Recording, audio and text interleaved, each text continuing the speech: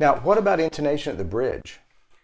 Intonation at the bridge should always be set by the player. Players should definitely learn how to do their own intonation, and the reason for this is when intonating a guitar, hand pressure is really important because any variance in hand pressure is going to cause a variance in pitch.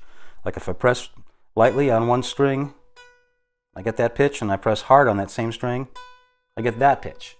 So the player should take care to exercise the same amount of pressure when intonating his instrument as when he's playing it. That way he's going to get consistent results. And strobe tuning does not necessarily mean you have to have an expensive strobe tuner. No, you can use it with a regular tuner. Yes, I've had strobe tuners and I don't own one anymore. Right.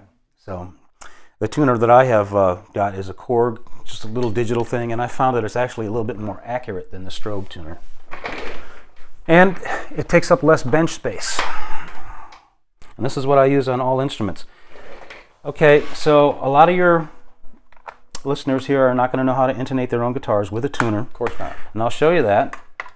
And I guess the first thing is that you don't need an expensive piece of equipment like a strobe tuner. Any guitar tuner that your guitar will pass a good signal to is all you need. So take your guitar to the store, and before you buy the tuner, plug into it and see if you can make sense out of the display. If you can do that, then that tuner is fine for you. It doesn't matter about the cost. I've seen $20 tuners that you can intonate a guitar just fine with.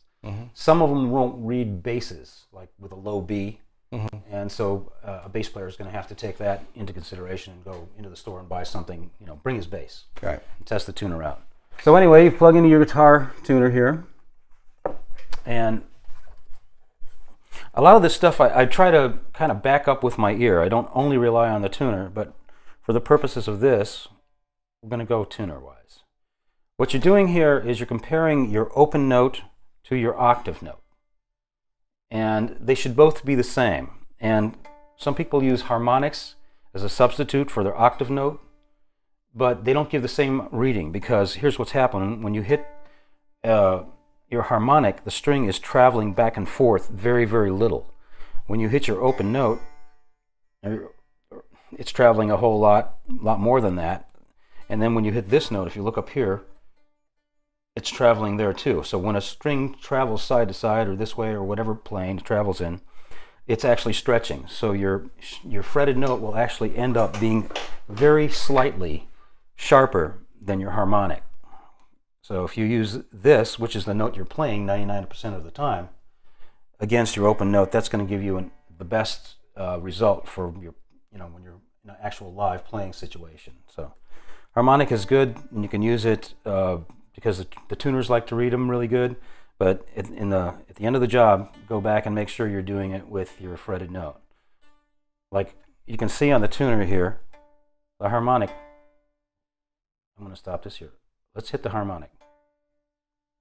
Okay, it goes directly to center. Now when I hit the fretted note, see it jump like that? Well, what's happening is that the string pressure, you're hitting this thing and the note's traveling side to side, and at that millisecond the string is stretched. So the initial attack of your note will also always be slightly sharper than the sustain of your note. And you're gonna look for the sustain though, right? Because that's the parts you're hearing. Okay.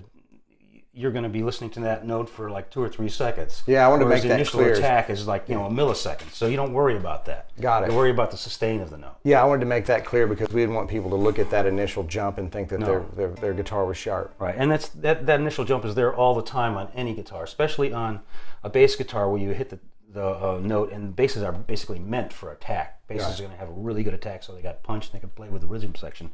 And their strings jump a lot. Right. So that symptom is there a hell of a lot more on basses. Okay.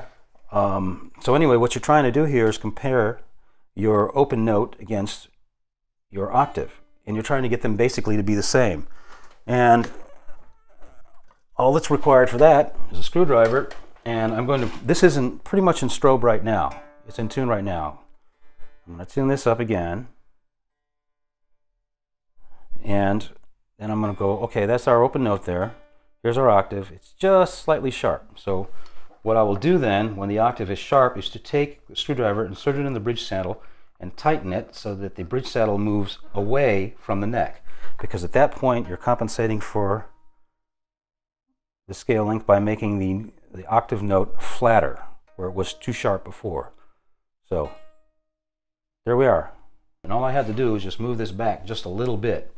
Now, if the note at the octave had been flatter than the note at the open, then you would move the saddle towards the neck. And when the note at the octave is sharper, you move it away from the neck.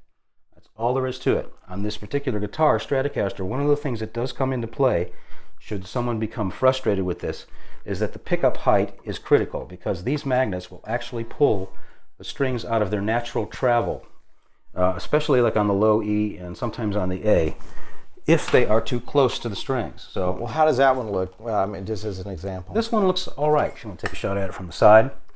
Mostly critical is the bridge pickup. Most people put them high up because they're looking for a little bit more output out of the bridge pickup, because they, normally you get a little bit more out of the neck pickup, and they're looking to even them out.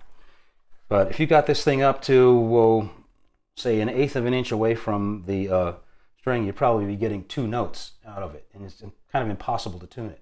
Right. Because you're getting the true note of the string, and then you're getting the second note that this thing influences by pulling the string out of its natural travel. So that's just something to be careful on Stratocasters. On humbucker guitars, where you have the magnets underneath the coils, they are not close to the strings, you don't have that kind of problem. Right. You can put them right up on the strings, and it's no big deal. So that's pretty much it so far as intonation, except for I would stress that any player setting his own intonation, not only do it by this method here, or this method, but do it by this method. And the last note that you end up on, look at your strobe tuner and see if you set it up for how you play. Play a run like how you play and end up on the octave. And then compare that against the open note, because then you're in a real world playing situation. Right. So check it for how you play, and not for being super exacting. Because my down pressure on the board might be different than yours, for instance. Yes. Yeah.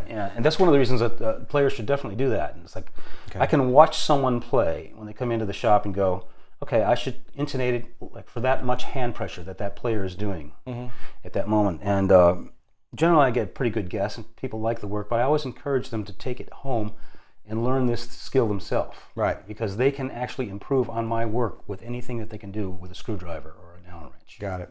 Without a doubt.